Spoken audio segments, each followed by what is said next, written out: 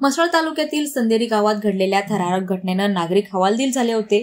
गावातील शेतात 2 लहान पिल्लं दिसल्यानं ग्रामस्थांमध्ये खळबळ माजली होती। ही पिल्ले बिबट्याची असल्याची चर्चा गावात पसरताच भीतीचं वातावरण निर्माण झालं होतं।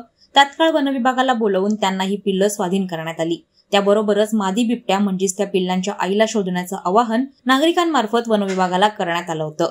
मात्र या पिल्लांबाबत केलेल्या तपासणीनंतर वेगळंच सत्य समोर आलंय। ही पिल्लं बिबट्याची नसून जंगली मांजरीची म्हणजेच रस्टी स्पॉटेड वाईल्ड कॅट या जातीच्या मांजरीची असल्याची बाब समोर आली आहे। त्यामुळे नागरिकांना काहीसा दिलासा मिळालाय। रस्टी स्पॉटेड कॅट ही भारतातील अतिशय दुर्मिळ आणि लहान आकाराची जंगली मांजर आहे। ती सामान्य मांजरींपेक्षा आकाराने लहान पण चपळ आणि शिकारी प्रवृत्तीची असते। प्रामुख्याने रात्री सक्रिय असणारी ही मांजर लहान प्राणी, पक्षी आणि सरपटणारे जीव खाते। मात्र ती बिबट्या एवढी मानव जातीस हानिकारक निश्चितच नसल्याचं समजतं।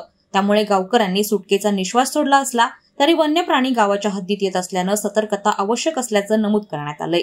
या भागात वन्य प्राण्यांची हालचाल आढळल्यास तात्काळ वनविभागाला कळवावं, अफवा पसरवू नयेत, सतर्कता बाळगावी असं आवाहन नागरिकांना करण्यात आलंय।